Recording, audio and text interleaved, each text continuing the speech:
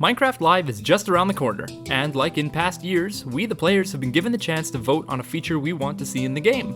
Just like last year, this year we're presented with a choice of one of 3 mobs. But unlike last year, all 3 of these mobs are useful.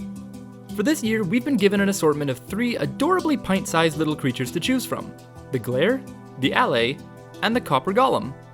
Each one has a unique mechanic that would be useful to the player in some way, and in all honesty, the vote is a lot harder for me this year than in previous years. Let's start with the Glare. This little floating shrub loves the light and becomes grumpy in the darkness. But, oddly enough, it will seek out darkness. And if it's left in that dark area for too long, it will hiss and become upset. What this means in terms of gameplay is that the Glare will be a detector for where hostile mobs are capable of spawning. This is useful especially if you're making enormous buildings with really dark areas. It's also been suggested that you can take the Glare with you, which hints that it may be a sort of pet that you can tame with an item. Maybe glowberries, considering it looks as though it would fit right at home in a lush cave? Speaking of caves, it's presumably where this creature would spawn, though this is somewhat ironic given that it has a dislike of the dark. The Glare does have one glaring issue, however. As of Minecraft 1.18, set to be released at the end of this year, hostile mob spawning has changed dramatically. As of 1.17, most mobs like zombies, skeletons, etc. require a light level of 7 or less to spawn, meaning that dimly lit areas can still produce mobs. But now in 1.18, only a block with a light level of 0, meaning absolute darkness, can spawn enemies. This bold change to a lifelong mechanic has severely hindered the Glare's functionality before it's even been released. For this reason, it seems the Glare is the least viable option in terms of gameplay, but damn if he isn't a little cutie all the same. Next to be introduced was the Allay, a sort of peaceful variant of the Vex.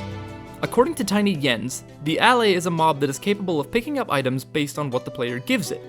For example, if you hand it a block of dirt, it will fly around an area and collect as many dirt block items as it can hold, and bring them to a nearby note block. We also know that it is only able to take items from the ground, and it cannot interface with chests, droppers, or any other block that possesses an inventory. They are tied closely together with note blocks, as that's where they will deposit items, and they will also dance if the note blocks are played. This mob could revolutionize item sorters and other redstone contraptions without the need for a large hopper network. The one thing holding the Allay back is the vagueness in which it is described. We know almost nothing of how this mob spawns, and so if it's exceptionally rare, its usefulness is immediately crippled. Since it's clearly visually related to the Vex, also fun fact, the word Allay is an antonym of the word Vex, we don't know if it'll be able to phase through blocks, which would be important to know beforehand.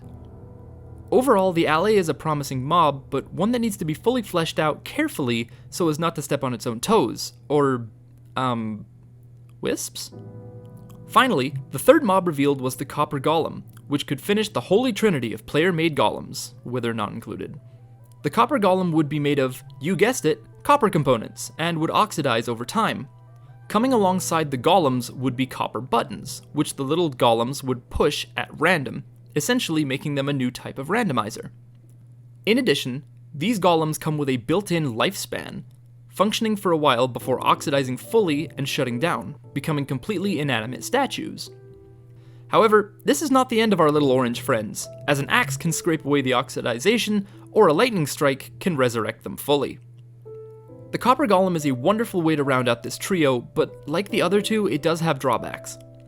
Its main purpose is that of a randomizer, which is a fairly simple redstone component that can be made in many different ways, which means the golem's number one reason for existing is something we can already do in many different ways. That is, unless of course, the copper buttons would have a unique functionality, such as a different pulse, duration, or perhaps an oxidization mechanic that changes the redstone behavior. However, this is purely my speculation, and rather unlikely. The golem's built-in limited lifespan makes it less efficient than redstone or other mob-based randomizers, such as a chicken stepping on a pressure plate. The ability for the mob to become a statue is interesting, but adding a mob only as a decoration seems to be a bit of a waste. The Copper Golem has serious potential, but is let down by its non-exclusive main feature. So, what am I voting for? I'll admit, I'm on the fence here between the Alley and the Copper Golem.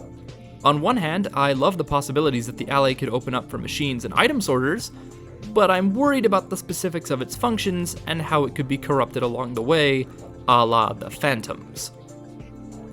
On the other hand, the Copper Golem seems less useful at first glance, but having an army of little robots or cute little green statues sounds fantastic for gardens or underwater cities.